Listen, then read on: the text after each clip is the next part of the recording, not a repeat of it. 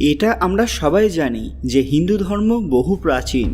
আসলে এটা শুধু ধর্ম নয়, এটা হচ্ছে বিজ্ঞান, যা প্রকৃতির সাথে কিভাবে সামঞ্জস্য রেখে চলতে হয় সেটা আমাদের শেখায়। প্রাচীনকালের মুনি ঋষিরা এমন কিছু আবিষ্কার করেছিলেন যা এখনকার দিনের মানুষ হয়তো কল্পনাও করতে পারবে না। হিন্দু ধর্মের মন্ত্র, শাস্ত্র, গ্রন্থ থেকে যে সকল কথা আমরা জানতে পারি তাতে আধুনিক বিজ্ঞানীরা মনে করেন যে বহু প্রাচীনকালেও মানুষ কতটা উন্নত ছিল। হিন্দু ধর্মের রীতিনীতি বিজ্ঞানের সঙ্গে ওতপ্রোতভাবে জড়িত। প্রকৃতির যাতে কোনো ক্ষতি না হয় সেই সব নিয়ম মেনে এই ধর্মের নীতিগুলি তৈরি করা হয়েছিল।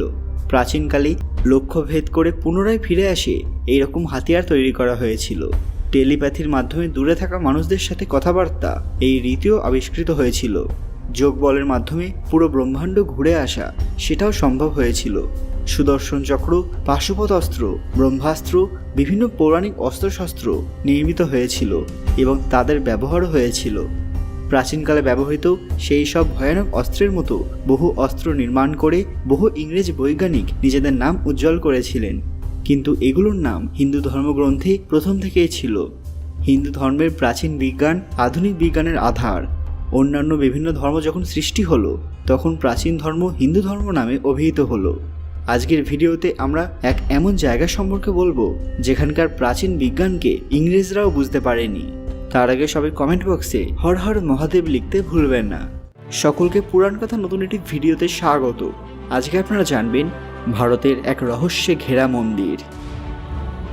ভিডিওতে এগোনোর আগে সবাই কাইন্ডলি আমাদের চ্যানেলটি সাবস্ক্রাইব করে নেবেন। আজকের ভিডিওতে আমরা আপনাদের নিয়ে যাব মধ্যপ্রদেশের মুরেনা জেলার 64টি যোগিনী মন্দিরে। ভারতবর্ষের 4টি 64 যোগিনী মন্দির আছে, 2টো উড়িষ্যাতে রয়েছে আর 2টো মধ্যপ্রদেশে। এর মধ্যে মুরেনা শহরের মন্দিরটি সবচেয়ে প্রাচীন। এটি একটি বিশ্ববিদ্যালয় যেখানে তন্ত্র, মন্ত্র, বিজ্ঞান এবং হিন্দু প্রাচীন সংস্কৃতি সম্পর্কে শিক্ষা দেওয়া হতো। দেশ বিদেশ থেকে বহু শিক্ষার্থী এখানে জ্ঞান লাভের জন্য আসত। এই কারণে এই মন্দির তান্ত্রিক বিশ্ববিদ্যালয়ের রূপেও বিখ্যাত ছিল। প্রায় 200টি সিঁড়ি অতিক্রম করে 64টি যোগিনী মন্দিরে প্রবেশ করা হতো। এই মন্দির গোলাকৃতি এবং এখানে 64টি কক্ষ ছিল। প্রতিটি কক্ষে শিবলিঙ্গ স্থাপিত ছিল এবং মন্দিরের ঠিক মধ্যভাগে একটি বিশাল শিবলিঙ্গ স্থাপিত ছিল। ভারতবর্ষ ছাড়াও বিদেশেও এই মন্দিরের খ্যাতি ছড়িয়ে পড়েছিল। 64টি শিবলিঙ্গ যুক্ত গোলাকৃতি মন্দির রূপে এই মন্দিরটি প্রসিদ্ধ ছিল। এই মন্দিরটি সমতল থেকে প্রায় 100 ফিট উঁচুতে স্থাপিত ছিল। দূর থেকে দেখলে এই মন্দিরকে একটি গোলাকার মহাকাশ যানের মতো দেখায়। ভারতে এই ধরনের মন্দিরের সংখ্যা খুব বেশি নেই। এই মন্দিরের আরও একটি বিশেষত্ব হলো যে বহুবার ভূমিকম্পের কবলে পড়া সত্ত্বেও এই মন্দির কোনোভাবেই ক্ষতিগ্রস্ত হয়নি। 1323 সালে কচ্ছপ রাজা দেবপাল এই মন্দিরটি নির্মাণ করিয়েছিলেন। সূর্যের আলো এবং রশ্মির সাহায্যে জ্যোতিষ এবং গণিত চর্চা শিক্ষা এখানে দেওয়া হতো। ভারতের সংসদ ভবনের আকৃতি অনেকটা এই মন্দিরের মতোই।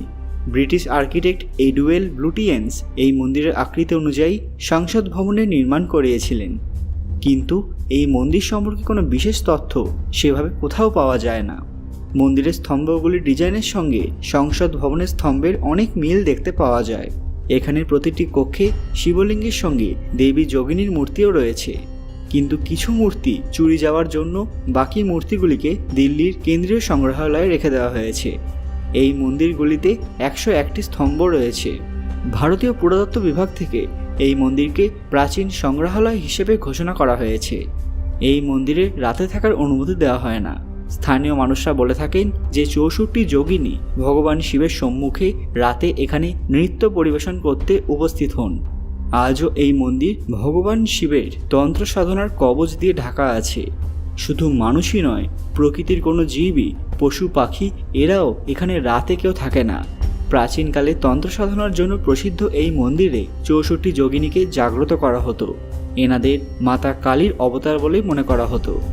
ঘোর নামক দৈত্যের সঙ্গে যুদ্ধের সময় মা কালী এই অবতার ধারণ করেছিলেন। এই মহাবিদ্যাদের সঙ্গে দশমহাবিদ্যার গণনা করা হয়ে থাকে।